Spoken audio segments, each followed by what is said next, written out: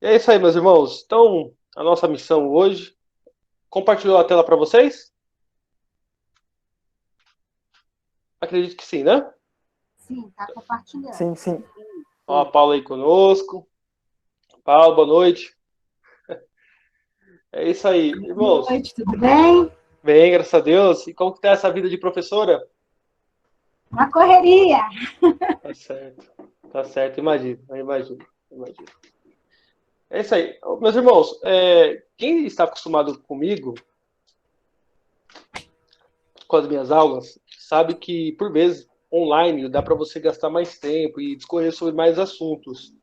Contudo, nesse curso eu vou tentar fazer aulas mais curtas, porque eu quero ver se a absorção de vocês será melhor, tá bom?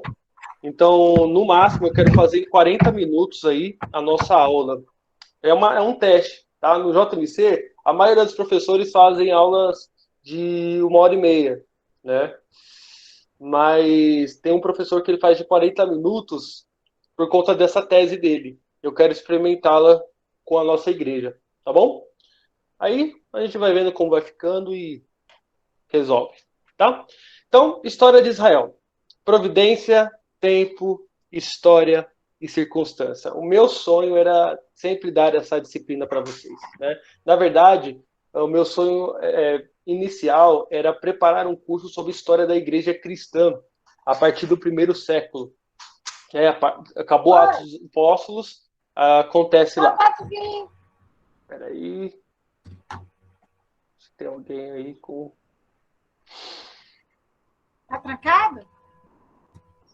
Mas só mutar.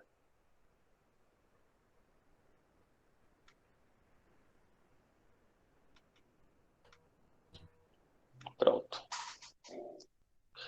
Certo. Então, o meu propósito era esse primeiro, tá? Era falar da igreja cristã a partir do primeiro século. Contudo, a história da igreja não começa no primeiro século, e muito menos em Atos dos Apóstolos. A história da igreja, ela começa com o povo de Israel, que nada mais é que a igreja do Antigo Testamento. Então, eu acredito que serão ao todo 4 módulos, né, que eu tenho preparado, que é a história de Israel, a história da igreja antiga, a história da igreja medieval e a história da igreja moderna, chegando aos nossos dias. Então, eu decidi fazer a partir de Israel para que vocês tenham uma visão bem geral e bem completa da história do povo de Deus e a história de Deus, né, com o seu povo. Então, eu acredito que esse é o nosso propósito. É bom falar também que o meu propósito não é fazer uma espécie de estudo positivista da história. O que é isso? O estudo positivista da história é o que você teve no seu ensino médio ou fundamental, que nada mais é do que citar fatos e acontecimentos, né? Fatos, personagens e acontecimentos marcantes, lugares e etc. Nas escolas, por vezes, o ensino é assim. Você vai estudar história, ele só fala, ó, fulano vestiu bota cor de rosa tal dia e foi para tal lugar, na tal data, tá? Esse não é o meu propósito com vocês. O cristão, quando ele estuda história, ele estuda com viés interpretativo da história. Todos nós temos, né? Mas o cristão ele busca ver a mão de Deus na história do seu povo. Por isso que eu coloco providência, tempo, história e circunstância. Então, na medida que nós estudarmos a história de Israel, eu vou trazer para vocês não só acontecimentos históricos, mas como esses acontecimentos foram usados por Deus para que Deus se revelasse a nós. Tá? E eu pretendo, a todo final de aula, trazer algumas implicações práticas do período que nós estudarmos. Tá certo? E hoje, eu não. Hoje, e eu acho que na semana que vem, nós não entraremos na história de Israel propriamente dita. Nossa, como assim, Daniel? Nós estudaremos primeiro a visão cristã da história. O que difere a visão de um cristão de um não cristão da história? Faz toda a diferença para que nós estudemos, tá? Então, hoje eu quero trabalhar um conceito de história com vocês, E na outra aula nós vamos completar esse conceito, tá? Que nada mais é que é o modo como o cristão enxerga a história. Tá certo? Então, vejamos então. Então, a visão cristã da história, parte 1. Tá?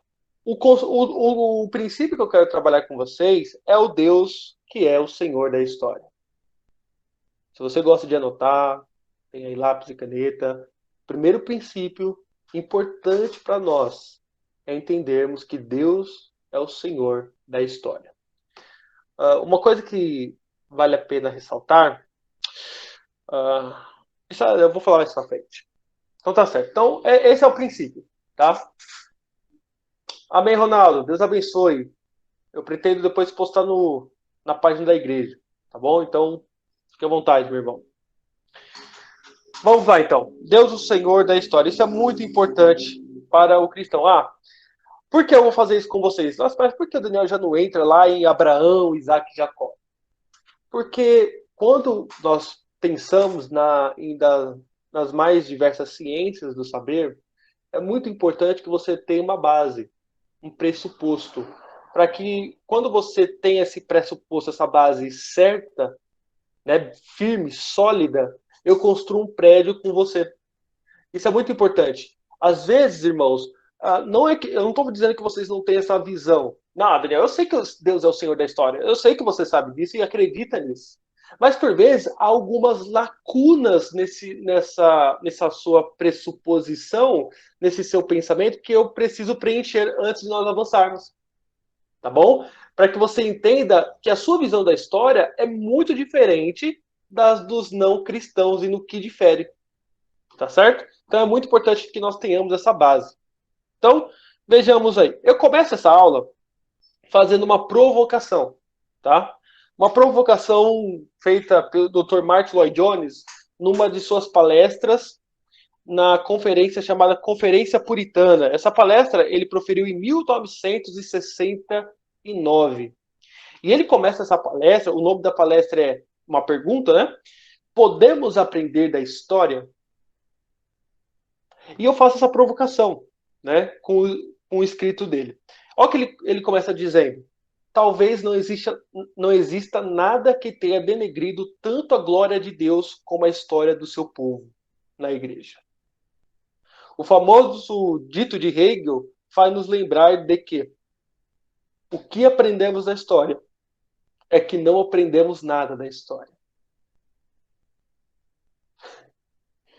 E isso é uma provocação muito forte, né?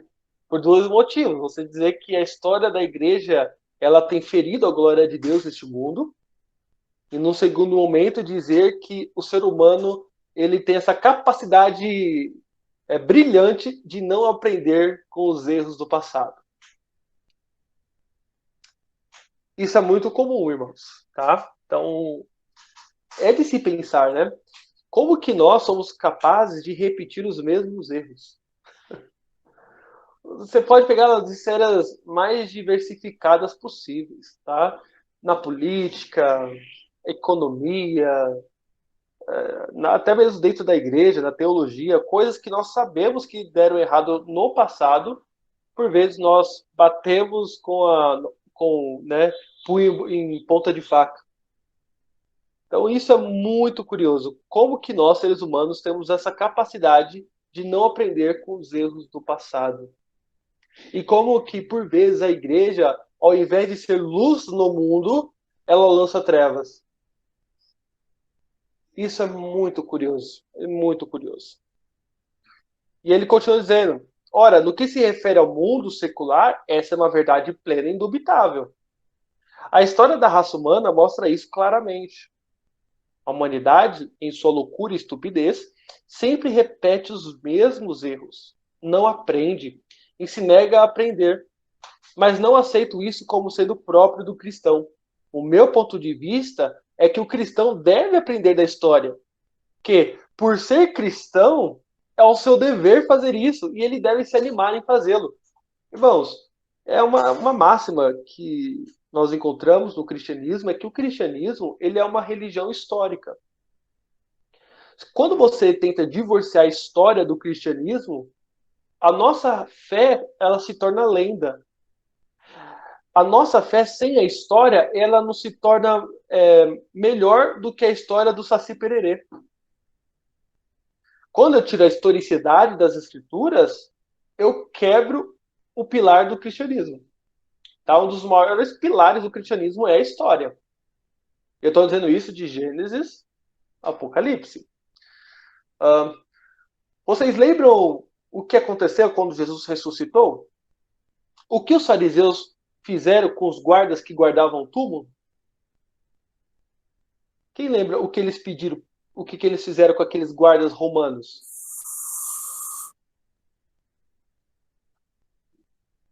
Ellen? É o que eles fizeram ou porque eles pagaram, né, para os guardas para que eles mentissem, é isso, né? Exatamente. Olha só a tentativa de corromper a história. Olha só. Porque se não há ressurreição, Paulo vai dizer na primeira carta aos Coríntios, capítulo 15, depois vocês leiam, se Cristo não ressuscitou, se não há história verdadeira, eu sou mentiroso, a nossa fé é vã, e vamos comer, vamos beber, porque certamente amanhã morreremos.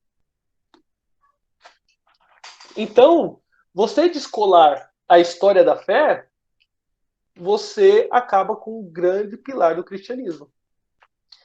Não é à toa que a igreja da Europa, as igrejas lá na Europa, berço do protestantismo e cenário dos grandes avivamentos, hoje as igrejas são museus.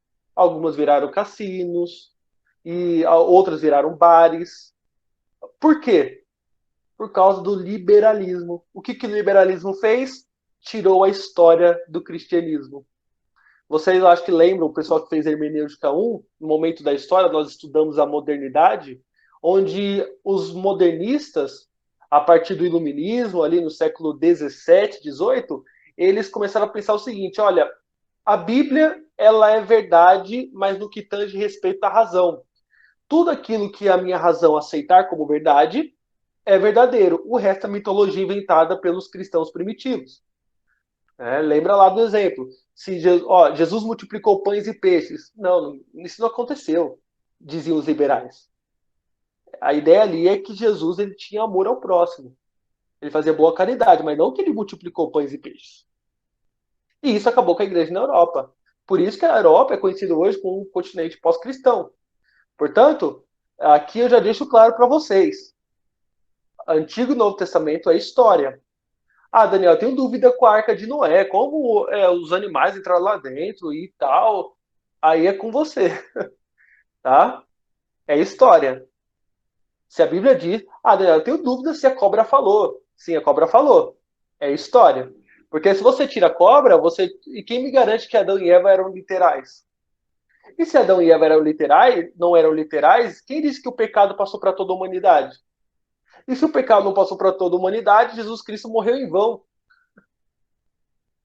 Entende? Então se você descola a história do cristianismo, você acaba com a fé cristã. Tá?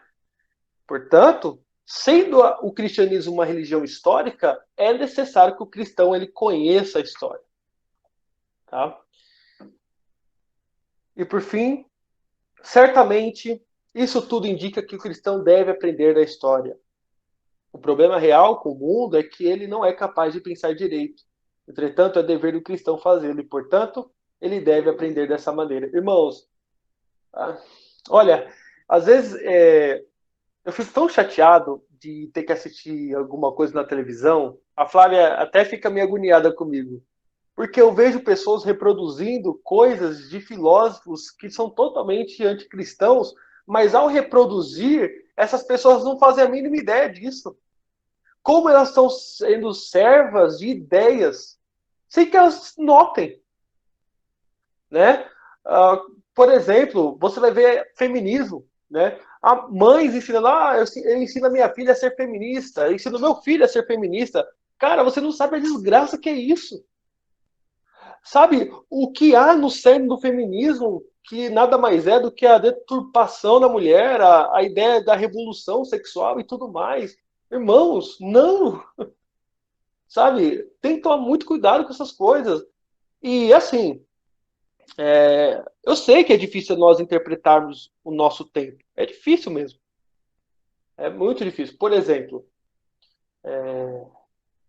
você chega e vai criticar uma pessoa do século da Idade Média, que eles tinham o costume de ir para a igreja de manhã e à tarde se dobrar diante do busto de Platão. Você fala, nossa, que coisa estranha. Eles tinham esse costume, porque eles eram homens do tempo deles. E erradamente, mas tinham esse costume. Tá? Aí você fala, eu nunca faria isso. Mas hoje nós vemos tanta idolatria no nosso meio evangélico, e às vezes passa batido, né? Homens adorando homens. É como Aristóteles falou certa vez, né? Para o último ser a quem você deve perguntar a sensação de estar molhado é para um peixe. Porque ele nunca teve seco. O que é ser uma pessoa vivendo na pós-modernidade? Nós não sabemos ainda. Os historiadores vão olhar para trás, mais para frente, daqui 100, 200 anos, vão ver as nossas incoerências. Como que eu sou liberto das amarras da cultura? Como que eu não reproduzo pensamentos anticristãos na minha vida e nas minhas ações? Olhando para trás, para a história, e aprendendo com os erros e acertos dos nossos irmãos. Tá? Então, com isso, sabendo que sempre existiu na história pessoas fiéis a Deus, que não se corromperam, Lloyd Jones, agora no outro momento, no sermão dele, em João 14, ele diz: não me canso de dizer que não há nada mais emocionante do que ler sobre a vida do povo de Deus ao longo dos séculos. É inumerável a quantidade de pessoas unidas no testemunho dessa verdade, que é a verdade de Deus e que atua na experiência. Irmãos, louvado seja Deus, que Deus ele sempre preservou os seus, né? Ele nunca deixou ficar sem testemunho. Portanto, cabe a nós termos a humildade de olhar para trás e enxergar como os nossos irmãos viveram e reagiram a momentos tão difíceis como os nossos hoje. Ah, Daniel, mas nunca houve uma epidemia como essa, uma pandemia como essa. Poxa, pesquise o que foi a peste negra na Europa e como aqueles irmãos reagiram a isso. Pesquise como os irmãos, como Lloyd Jones, reagiu à Segunda Guerra Mundial. Conta-se uma história que ele estava pregando e bombardeiros começaram a acontecer ao redor da igreja. Como que eles lidaram com medo? Entende? Como eles foram fortalecidos por Deus. E esse é o nosso objetivo nesse curso. É aprender da história. Você vai olhar lá para o salmista, no Salmo de número 44, ele vai dizer, deixa eu ler aqui para vocês, para não ficar nas minhas palavras. Salmo de número 44, versículo 1. Ele diz, ouvimos, ó Deus, com os próprios ouvidos, nossos pais nos têm contado o que outrora fizeste em seus dias. Olha, o salmista aqui, se você for estudar esse salmo, ele estava vivendo um perigo muito grande com seus exércitos. Ele estava correndo perigo de morte, mas só que a sua segurança, ela vinha e brotava nos fatos que ele conhecia do Deus da história e da história de Deus. Poxa, irmãos, tem um livro chamado Paixão pela Pureza. Se você puder adquirir esse livro, tenha. Paixão pela Pureza. Ele trata da história dos homens de Deus na Inglaterra no passado e como aqueles homens, por vezes sentenciados à morte, perseguidos, deram testemunho da sua fé. Olha, Calvino, quando ele escrevia para os refugiados em outros países, ele sempre falava, confie em Deus, lembre-se do Deus da história. E é engraçado que diz a história, né, que os irmãos eles não temiam, mas eles eram encorajados a ponto de ir para o martírio, ser queimados, mas só que louvando a Deus. E a Igreja Católica, ao notar isso, começou a cortar a língua dos calvinistas por conta disso. Olha só, irmãos, como que pode ter uma fé desse tamanho? É só olhando para trás, para aprender com os nossos irmãos. Dito isso, eu gostaria de introduzir agora mesmo a nossa aula, depois dessa provocação, né, com algumas frases de alguns historiadores. Jacques Le Goff ele vai dizer o seguinte, frequentemente o historiador por desprezo pela teoria, é joguete inconsciente de teorias implícitas e simplistas. Irmãos, por falta de desconhecimento, né, ou por falta de conhecimento, melhor dizendo, da história, às vezes nós somos manipulados na nossa cultura e nós não percebemos. E a pessoa que não tem essa ótica do que nós estamos vivendo e de que as ideias que temos hoje são frutos das ideias passadas, você acaba sendo escravo da sua geração. Skinner, ele vai dizer, há tantos tipos de história quantas razões sérias para estar interessado no passado. E tantas diferentes técnicas de pesquisa histórica quantos métodos racionais de seguir esses interesses. Isso aqui, irmãos, parece difícil, mas vocês lidam com isso todo dia. Né? Por exemplo, vamos lá. Sabe por que programa de futebol faz sucesso? Por causa das versões dos comentaristas. E isso dá briga, né? Por exemplo, o jogo que aconteceu foi um só. Mas cada um tem a sua versão do jogo. Se foi pênalti, se não foi. Se foi roubado, se não foi. Se um jogou melhor, outro não jogou. Se a escolha do técnico foi boa ou ruim. Já percebeu isso? Vamos colocar de forma mais prática para você. Você já viu duas crianças brigando? Você viu ali. Tá tendo briga. Mas você não viu como começou. Aí a criança de número 1 fala de um jeito, contra uma versão. E a criança de número 2 contra outra versão. O fato foi um só, mas as versões são diferentes. Tá? E isso acontece na história. Por exemplo, o que aconteceu com a Dilma? Foi golpe ou foi um impeachment legítimo? O fato foi um só, ela foi deposta. Tá, eu sei. Mas foi legítimo ou não? Entende? Então, ainda que os fatos sejam únicos, as versões são variadas. E nós temos que ter cuidado. Cuidado. Quando nós estudamos história, a gente tem que ter essa perspectiva. Portanto, usando Edward Kerr, ele vai dizer: estude o historiador antes de começar a estudar os fatos. É muito importante. Olha só. Você tem que estudar, por exemplo, vamos dar um exemplo aqui que eu vi recentemente. Eu estava subindo a rua do metrô Turovim e eu gosto de olhar para a banca de jornal, né? As notícias do dia. Tal. Eu olhei lá, aí tava PIB no jornal. PIB cai tantos por cento durante a pandemia. Eita, rapaz, isso é complicado, né? Embora eu não entenda muito de economia, eu sei que isso é complicado. Aí eu olhei no jornal de baixo, tá lá. PIB cai desastrosamente durante o governo Bolsonaro. Você percebe a nuance?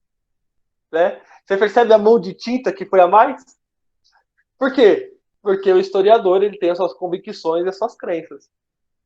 Então, antes de estudar um fato, você deve estudar o fato, você deve estudar também o historiador que conta o fato. Isso é muito comum, né? Você vai ver, por exemplo, cursinho. Você vai ver lá a pessoa dizendo, olha, no último Enem, nós tivemos, sei lá, vou inventar um número aí, 300 pessoas, 200 pessoas aprovadas no curso de Direito. Venha para cá no o cursinho Daniel Rubenal. Legal. Mas eu não falei quantos reprovados eu tive. Você percebe? Ah, passou tantos no curso de Medicina. Tá, mas quantos reprovaram? Poxa, tá, Daniel, 200 foram aprovados, mas 5.000 foram reprovados, aí não dá. Entende? Então, o mundo é um mundo de fatos, mas nós somos pessoas que não têm os fatos concretos, só versões do fato. Isso é muito importante. Quando você estudar a história de Israel, como é a nossa disciplina, você tem que tomar muito cuidado. Né? Tem muitos livros sobre esse assunto que vão dizer coisas que não necessariamente são verdades. Por exemplo, Abraão é um mito. Entende? Não existiu Jonas. Mas por que Jonas não existiu? Jonas é uma fábula, porque é impossível uma pessoa sobreviver 3 dias e 3 noites no ventre de um peixe. Aí quando você vai estudar o historiador, ele é um liberal, ele não acredita no sobrenatural. E da mesma forma que ele nega Jonas, ele nega que Cristo ressuscitou. Entende? Aí você fala, nossa, cara inteligente, meu, que cara inteligente e tal. Quando você vai ver, ele está negando sua fé. Portanto, estude historiador antes de começar a estudar os fatos. Até aí, tudo bem? Tranquilo?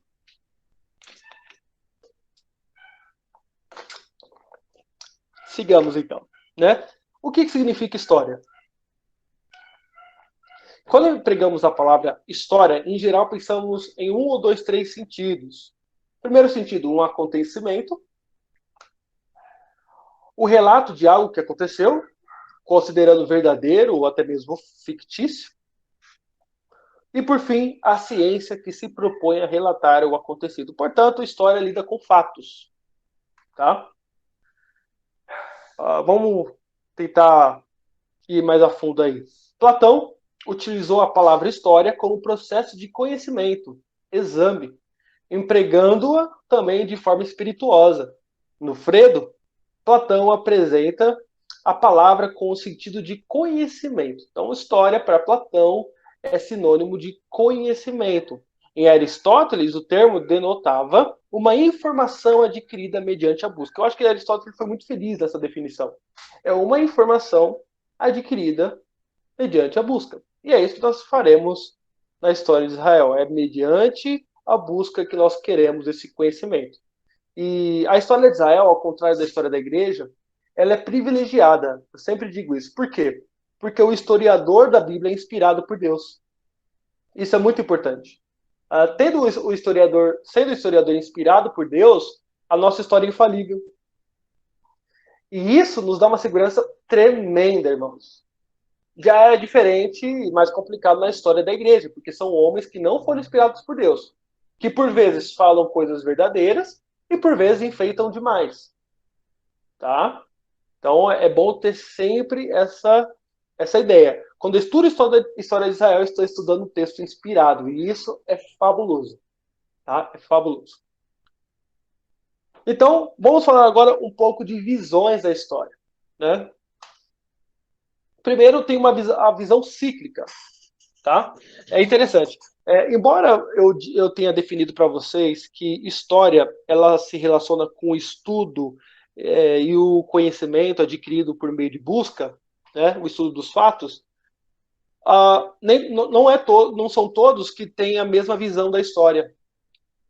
E eu vou mostrar para vocês como as pessoas diferem na visão da história. Primeiro, nós temos a visão cíclica da história. E essa visão é considerada pelos historiadores como uma visão pessimista. Como que é isso aí, Daniel? Ela enxerga a sucessão e o apodrecimento das sociedades. Essa linha defende que não há objetivo na história. Então, essa visão cíclica, ela ali elaborada com os babilônicos e com os gregos, é a ideia que o que aconteceu hoje vai acontecer amanhã e vai ficar rodando, rodando, rodando, e a sociedade, outrora volumosa, ela apodrece para que outra nasça. Isso aconteceu com os babilônicos, aconteceu com os assírios, com os romanos, aconteceu também com outras sociedades ali do México, os incas, os astecas, né? Então, o historiador que enxerga a história vai falar, olha, o mundo ocidental que nós vivemos hoje, logo vai acabar. Ele está se deteriorando. E quando ele se deteriorar, outra geração, outro tipo de sociedade virá. Isso acontece porque não há um Deus guiando a história. Não há objetivo na história. Tudo que aconteceu antes acontecerá depois. Nós viveremos nesse ciclo vicioso. Tá? Então, para eles, o que resume o objetivo da vida, se é que existe, é comer, beber. Porque logo a morte chegará. Tá? Essa é a visão cíclica da história. Mas também existe a visão linear da história. Ela caminha para um progresso. Essa visão linear é conhecida como uma visão otimista com relação ao homem. tem por seu grande representante Hegel, né, um grande proponente do iluminismo. Ele entendia que a história é um processo na qual a razão se move de um estado de indiferença para uma completa consciência de si ou da cultura. História, em outras palavras, é uma fase no processo da natureza ou da razão absoluta. Ah, Daniel, mas só que eu nunca ouvi falar sobre isso. Essa visão otimista da história, esse progresso do homem, da razão absoluta, isso existe mesmo? Pois é, eu acredito que vocês, por vezes, já tenham assistido o Jornal Nacional, ou qualquer tipo de jornal, né? Vocês já viram jornalistas ou repórteres ou alguém da mídia dizer o seguinte: poxa, em pleno século XXI, nós ainda temos que lidar com tais monstruosidades. Nossa, nós já éramos para estar evoluídos, né? Estarmos evoluídos. Poxa, ainda existe racismo em pleno século XXI. Nossa, em pleno século XXI a gente tem que estar falando sobre pedofilia. Vocês já ouviram alguma coisa parecida?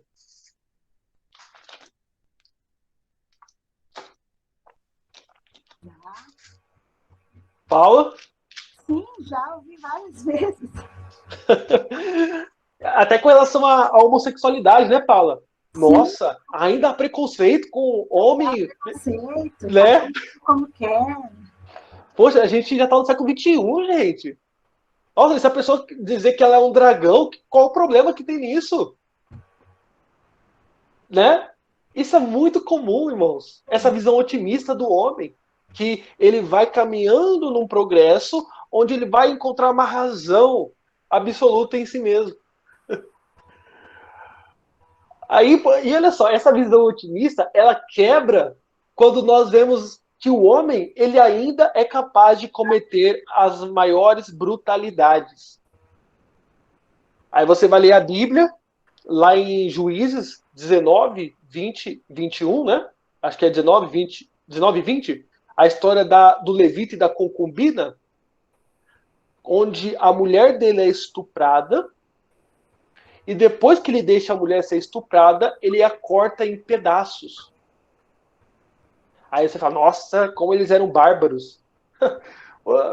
Será que ele foi o único a cortar a mulher em pedaços? Recentemente nós vimos um caso famoso, né? Que morreu assim. Então, estupro, você acha que estupro coletivo ficou só para aquela época? Aí os pós-modernos falam, nossa, como o homem não evoluiu ainda? Como o homem não evoluiu? Por quê? Né? E quando acontece o iluminismo, irmãos, se vocês puderem ler alguma coisa a respeito, eu recomendo muito artigos que há na internet do Dr. Hermes Maia sobre o iluminismo. É muito interessante. O iluminismo ele foi uma época em que o homem ele começou a dizer o seguinte: eu me basto. Eu sou o senhor da minha história. Esquece religião. Religião agora ficou para a idade medieval, a idade medíocre. Essa demarcação de história começou na modernidade, com os iluministas. Eles que começaram a falar, nós somos iluminados. Por quê? Tudo que existe será provado por meio da razão. E o homem agora, conhecedor da sua capacidade, vai evoluir de uma tal forma que nós alcançaremos a perfeição, a razão absoluta. Nós somos os iluminados. E é nessa época que começa a se pintar bastante retrato da anatomia humana. Né? Você vai ver Da Vinci, Michelangelo, sabe, aquelas imagens sempre focando no homem como a medida de todas as coisas. Era essa a ideia. O homem, com as suas mãos, ele tem o poder de construir o seu futuro. O grande grito iluminista era: olha, espere até amanhã para que vocês vejam o que eu posso fazer. Isso era a modernidade. Era essa ânsia do homem no centro. Deus ele sai do centro e agora o homem é colocado como o senhor da história. Daniel, mas por que hoje nós somos pós-modernos e não mais modernos? Porque foi na modernidade que surgiu as duas guerras mundiais. Não houve evolução. Não houve evolução. Quem bebe dessa ideia da progressividade linear da história é Karl Marx. Tá? Karl Marx, ele veio na esteira desse pensamento. E o que ele propõe? Ele propõe que tudo que existe é matéria em movimento. Esquece Deus. Esquece. Religião, esquece. Religião foi para a idade medieval, foi para os medíocres. Religião é enganação para o povo, é o ópio do povo. O homem, ele só vai conseguir evoluir quando ele se desvencilhar da religião. Essa era a ideia, tá, de Marx. Então, ele começa a propor que a única coisa que existe é a matéria em movimento. E que todas as coisas que acontecem na história são determinadas por processos econômicos e de produção. E o homem, ele evoluiria de uma tal forma que só conseguiria chegar a essa evolução por meio da luta de classes, onde os operários iriam estabelecer o domínio sobre os opressores. E ali não haveria mais classe, não haveria mais guerra. O que haveria era paz. O que haveria de ser seria somente paz. Esse é o evangelho segundo Karl Marx. Quando os pobres conseguirem o poder, eles vão distribuir as riquezas, as classes vão deixar de existir e o novo céu e nova terra será instaurado no nosso período. Esse foi o engano, né, que levou tantas pessoas à morte. O Douglas comenta alguma coisa aqui. Eu não tenho fé na perfeição humana. O homem é agora mais ativo, não mais feliz ou mais esperto do que era 6.000 anos atrás. Perfeito, Douglas. Realmente. Hoje o homem pós-moderno não tem mais referencial, né? Ele se encontra sozinho. A promessa iluminista de novo céu aqui na Terra não se cumpriu. O homem ele continua sendo tão bárbaro quanto foi há 6.000 anos atrás. Bem colocado, Douglas. Bem colocado. Então, aí o que eu tenho agora? A pergunta que eu faço para vocês, falando de história, a visão cristã da história, ela é pessimista ou ela é otimista? É com vocês. O que vocês acham? Olhe para a sua experiência. O que você espera do futuro? Eu acho que a visão da igreja ela é ela é linear, né? A visão mais otimista. Porém, certo. como você fala, como você disse assim, a visão otimista ela não tem, ela acredita na progressão do homem, né? Ele evoluindo. Mas, assim, na visão da igreja, a gente evolui por outro propósito. Mas não que a gente não cometa mais os erros do passado. Com a nossa visão, a visão de não cometê-los mais. Entende? Tipo, pelo que Cristo fez pela igreja, nós nos convencemos, né? Perfeito, entendi. Agora tenta aplicar isso num campo mais geral. Você falou dos crentes. Sim. Legal. Beleza. Agora, olhando o mundo, de crentes e não crentes. Entende o desafio? Sim. Beleza, há um otimismo do lado cristão. Perfeito. E com relação ao mundo? Sim, não, aí não. Porque a gente vive realmente como se não houvesse Deus. Tipo, não a gente, mas... Entendi. Você está no caminho legal. A respeito do cristão. E aí, Douglas? Ajuda-nos.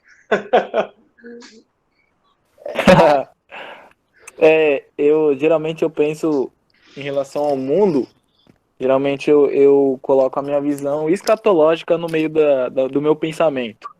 Aí é teólogo. Então eu vejo como um lado mais pessimista. Em relação ao mundo, não tem que melhorar, não. A situação é só piorar mesmo. Legal. Isso na minha visão. Tá. Agora, olha o que eu vou fazer aqui. Eu vou pegar o que a Ellen falou e o que o Douglas falou.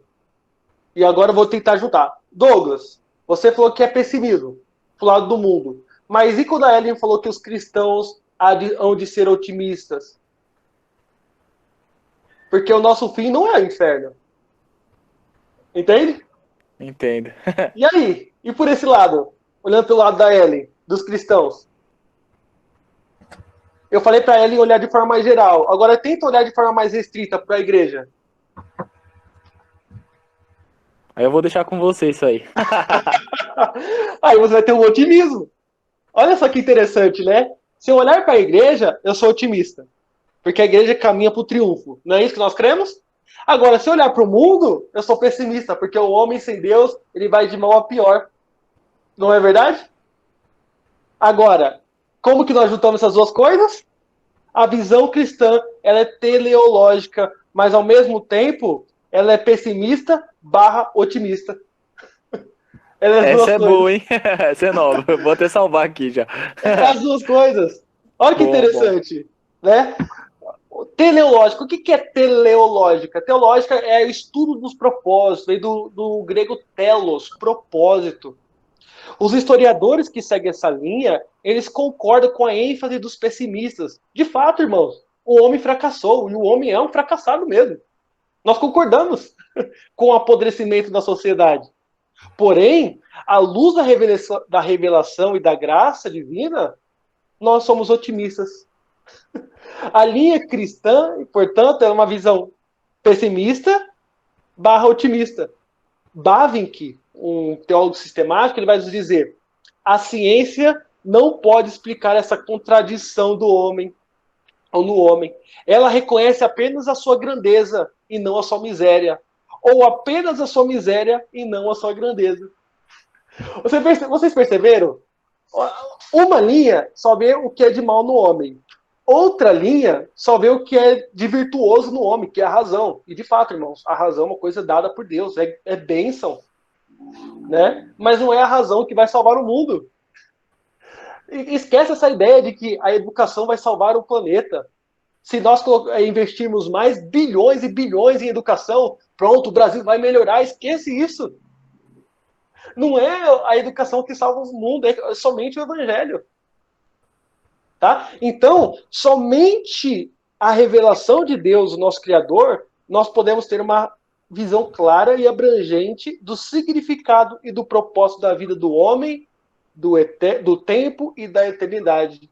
Como alguns teólogos vão dizer, o homem, ele é um grandioso e miserável ao mesmo tempo. Olha só, olha o Salmo 8. Buguei. Olha o Salmo 8. Paula? Buguei.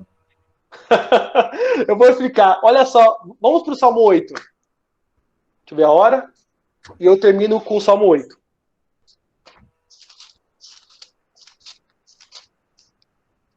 Vai ficar muita informação para vocês. Salmo 8.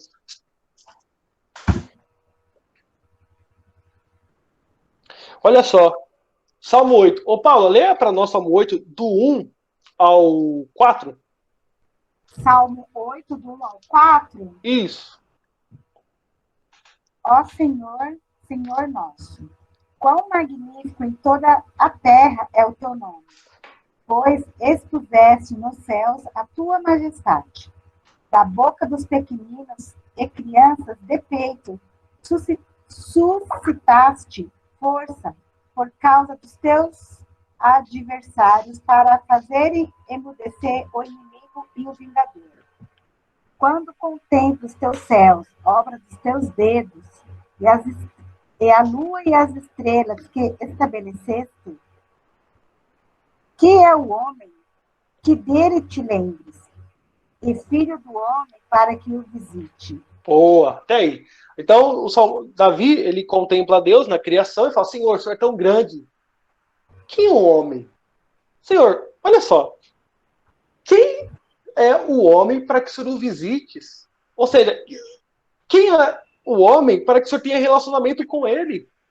Senhor, aí se você pegar agora na teologia, irmãos, o pecado acabou com o homem. O tornou miserável. Quem é o homem? Irmãos, nós somos pó. Olha, o homem mais poderoso do mundo, ele vai no banheiro todos os dias.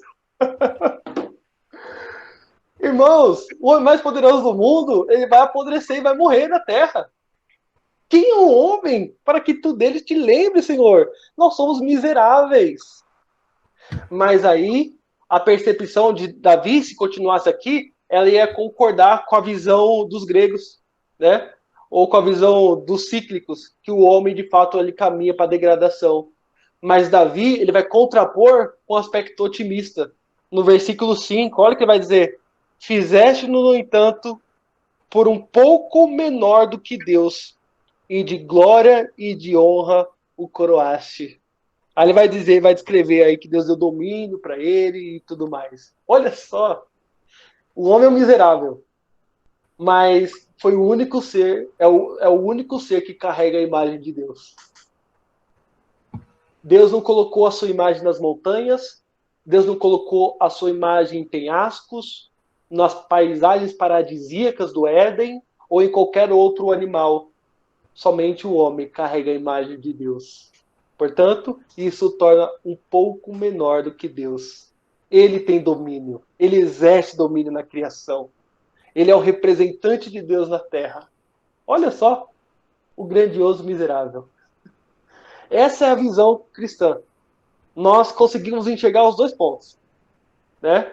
O homem sem Deus, o miserável, mas ele ainda continua sendo imagem de Deus. Ele ainda continua sendo imagem de Deus. E isso o torna grandioso. Isso o torna grandioso.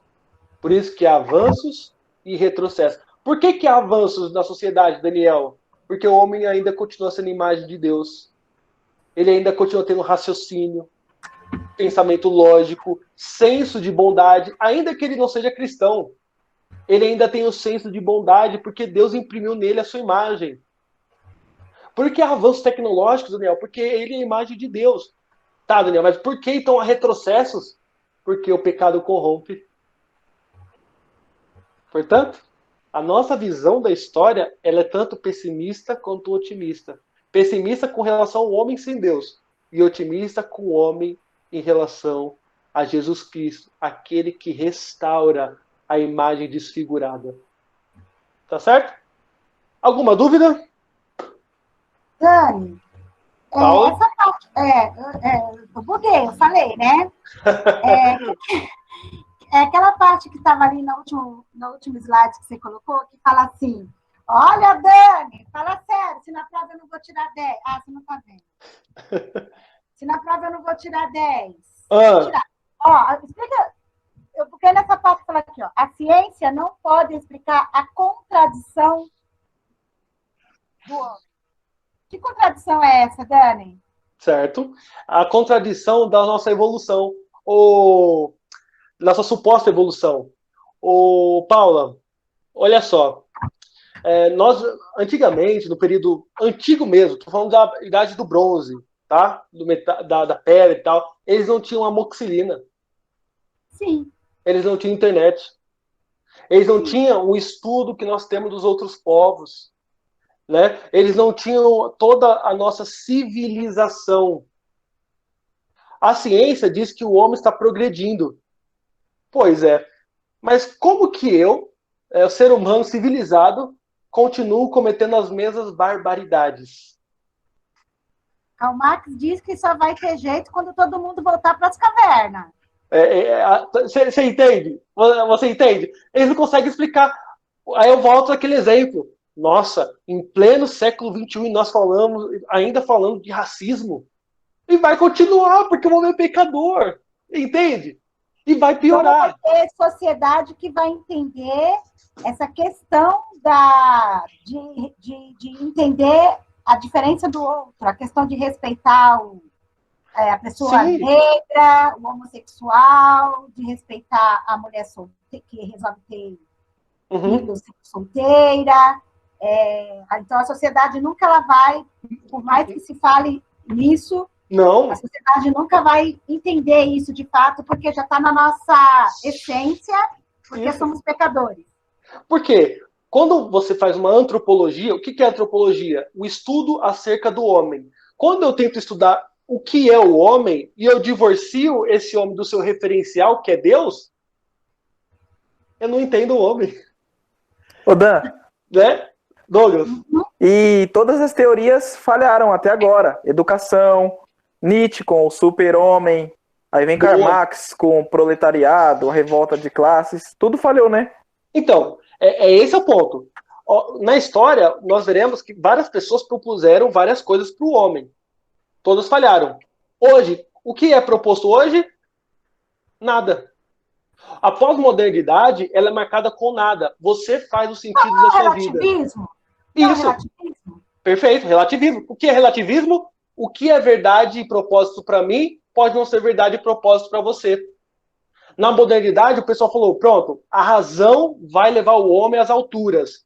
Não, hoje não. Hoje você faz a sua história, eu faço a minha, cada um com a sua. Se eu acho que a religião me faz bem, eu vou para a religião. Se eu acho que é a homossexualidade que faz bem, eu vou para a homossexualidade. E cada um cria o seu significado. Entende? Isso é a pós-modernidade. E o que a ciência não consegue entender é falar, poxa, a gente já mandou o homem à lua. Para quem acredita que o homem foi à lua, ou para quem é terraplanista, não vou entrar nesse mérito. E nós continuamos martelando nos mesmos erros. Entende? Como que nós acabamos de sair de um regime onde o povo idolatrava o político e viu o que deu, e nós estamos idolatrando políticos novamente? Como que nós não evoluímos? Sabe por quê? Nós não defendemos o que a ciência de mentira, não é verdadeira ciência, eu já falei isso com vocês na igreja, diz sobre a evolução. O homem não evolui. Na perspectiva bíblica, há uma involução. Como assim? O homem foi criado perfeito, ele pecou e agora está evoluindo, indo de mal a pior. O que salva o homem é o evangelho. É Cristo Jesus restaurando essa imagem, né? Lembre-se lá da nossa aula, imagem de Deus. É tudo que é bom, tudo que há de bom em mim vem de Deus. E o homem, antes de pecar, ele usava todas essas coisas boas para a glória de Deus. Agora, com o pecado, ele usa para benefício próprio e para o seu pecado.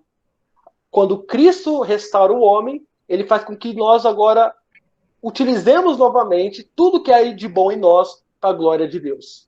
É basicamente isso. E a ciência, volta a dizer, não tem como explicar. Se você divorcia Deus, você não consegue entender o homem. Paula? Você falou, né, um pouquinho antes que a educação que a educação não vai mudar a nação, não vai mudar, só o evangelho muda, não é? Você lembra que você falou isso? Sim. Você falou algo parecido assim, é que eu não anotei direito. Mas para que haja um verdadeiro entendimento do evangelho, não é necessário o Brasil focar numa educação, porque senão fica uma pessoa com mais instrução, ela pode pegar a Bíblia e fazer miséria, fazer bobagem, com má interpretação. Então, se as pessoas terem uma boa... A educação que você fala não é educação de instrução? Isso mesmo, isso mesmo. Então, se a pessoa tiver uma boa instrução, você não acha que vai ser melhor? Sim, com certeza. Como eu acho. Desenvolvimento da nação, ou eu estou falando asneira? Não, lembra que eu falava com a professora de geografia e história, então você pulou minha cabeça. Completamente. Eu falo com meus alunos que o que muda o Brasil é a educação. E você falou isso para mim que não, eu já virei aqui, eu falei, então eu diploma. Paulinha, a educação é boa. Aliás, as inovações, a ciência, é que o homem ele não utiliza adequadamente, ele corrompe porque ele é pecador. Certo. Então, a educação não vai resolver.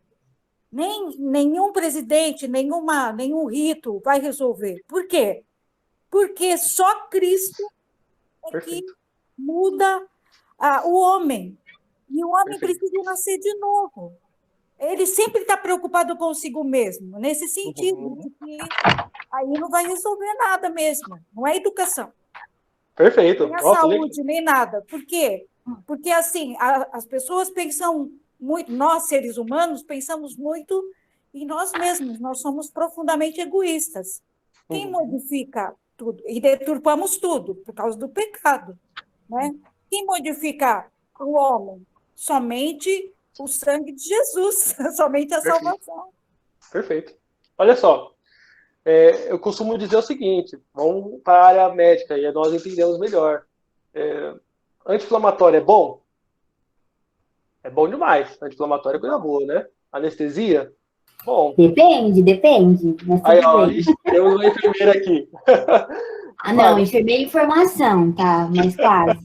Não, mas vamos colocar os medicamentos. O que seria de nós se nós não tivéssemos medicamentos? Né? Medicamentos são bons.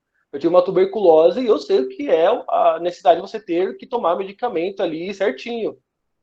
Mas para uma pessoa com câncer maligno, dipirona faz diferença?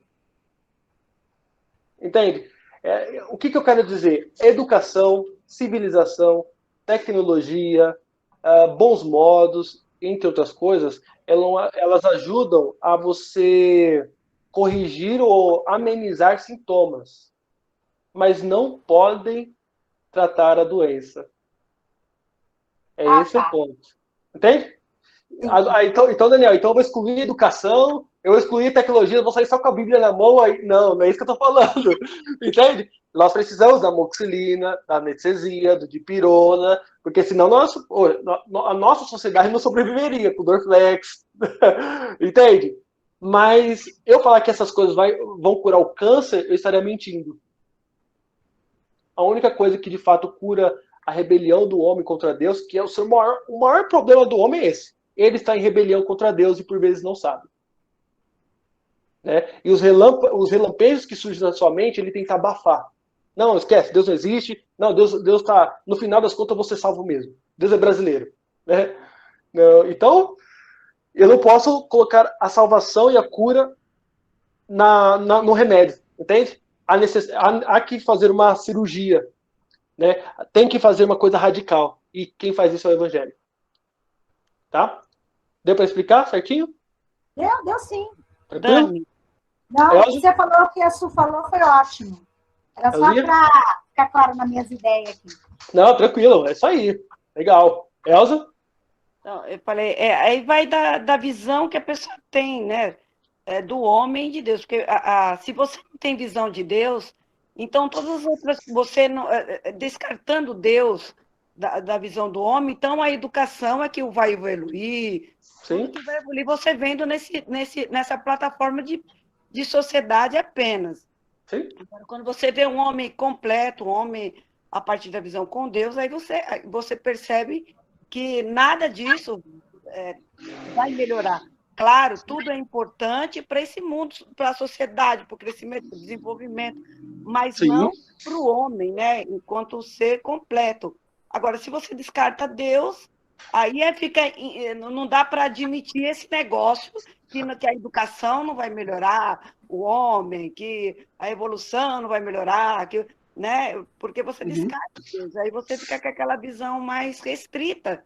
Então, você discute esses padrões como primordiais, como os principais do homem, se você descartar Deus da vida do povo. Né? É aquilo que Calvino vai dizer nas Institutas, né? Eu só consigo me conhecer na medida que eu conheço a Deus. É o conhecimento de Deus que lança a luz acerca de quem eu sou, por que eu estou aqui e para onde que eu vou. Se eu tiro Deus dessa equação interpretativa da minha existência, eu me perco. Eu fico sem referencial nenhum. Esse é o quadro do homem moderno de hoje. Sem referenciais. E isso nós vemos que é um colapso aí moral, existencial em todas as áreas. Tá? Por fim, a Verônica contribui. É como passar pela pandemia e continuar fazendo questão de coisas ou situações que não têm tanto valor. É como passar pela pandemia e continuar fazendo questão. Ô, Vê, eu acho que eu não entendi. Você poderia explicar para nós? Não, a gente está falando do pecado cíclico, da situação de não aprender. A gente, acho que nenhum de nós passou por uma situação tão crítica que possa ter envolvido tanto a parte emocional, economia, educação e todos esses aspectos, e muitas vezes a gente fica preso a coisas que não têm o mínimo valor, a gente esquece porque somos pecadores e a gente acaba focando nas coisas que ainda não precisamos ou não poderíamos focar tanto. Verdade. Nesse sentido. Sim, sim, verdade. O homem continua o mesmo, né? O homem continua o mesmo. Por isso que é engraçado. Por isso que nós não podemos mudar a mensagem, né? Porque o homem não mudou. E a necessidade é a mesma. Né? A necessidade é a mesma. Bem colocado. Bem colocado. E às vezes a gente fica dando murro em ponta de faca, cometendo os mesmos erros. Volto a dizer lá o que eu disse no começo, citando Lloyd Jones. O que nós podemos aprender da história é que o homem não aprende nada da história. E assim repete os seus erros. Quer ser liberto disso? Conheça a história, para que você tenha a capacidade de interpretar o seu presente. Essa é a nossa missão aqui. Tá certo? Algo mais tranquilo? Quando você falou Deus é o Senhor da história, eu lembrei que quando eu estava fazendo a faculdade de História, foi no primeiro dia de aula, foi a primeira coisa que meu professor falou. Deus é o Senhor da história. Sério? Nossa! Foi a primeira coisa que ele falou. Na hora que você falou, eu lembrei daquela aula que eu Que tive. legal, que legal. Nossa, que bênção, viu? Que bênção, que Olha que ele bênção. não era nem cristão, hein? Que bênção, bênção. É graça comum, né? Deus, por vezes, ele dá lampejos da sua graça para os ímpios, né? Que coisa, que bom. É isso aí, irmãos. Nós não entramos no cerne dessa aula, né? Que é, como a Paula lembrou aí, Deus é o Senhor da história. Mas o que nós vimos? Algumas provocações no começo, a definição, a terminologia da palavra história. A história, lembre-se aí, que é a busca pelo conhecimento de fatos mediante a busca, né? Nós vimos aí depois as visões da história. O lado cíclico, que é o lado pessimista, o lado linear, que é o lado aí otimista do homem, e por fim, o lado teleológico, o lado do propósito. O homem, ele é tanto, nós vemos tanto o homem no lado pessimista como no lado otimista. Mas nós sabemos que Deus é quem rege a história e caminha para um triunfo. E é nesse tema que eu vou entrar na próxima aula. É o conceito de Deus como Senhor da história. Tá? Então nós vamos continuar na próxima aula. Tá certo? Deus abençoe vocês. Que Deus te guarde. Né? É sempre um privilégio estar com vocês. Su? Da minha visão teleológica. Teleológica, isso. Vou colocar aqui no chat. Que é o estudo dos propósitos. Né? Lógica é estudo. E tele? Vem da palavra telos. Propósito. É o estudo dos propósitos. Quando nós estudamos história da igreja, nós estudamos os propósitos de Deus. Né? É você olhar para a história, como eu disse no começo, não de uma maneira positivista. O que é isso? Ah, fulano morou em tal lugar, escreveu tal obra, vamos para a próxima. Não. Quando nós estudamos a história da igreja, nós vemos um caminho que Deus traçou desde o começo até a consumação dos séculos. É o propósito de Deus, onde não só a igreja está incluída, mas todos os seres humanos, todo o cosmos, toda a história dele, porque ele é o Senhor da história. Ele tem um propósito. Nós não estamos sem uma bússola, né? Nós estamos perdidos no espaço. Deus está guiando o seu povo. Esse é o propósito. Esse é o significado de teleologia. Tá certo? Acho que é isso aí, irmãos. Como prometi, terminar mais cedo. Alguém? Eu falei obrigada só. Ah, de nada, Su. Deus abençoe, viu? É sempre um privilégio estar com vocês. Um grande abraço e nos vemos até a próxima. Deus abençoe.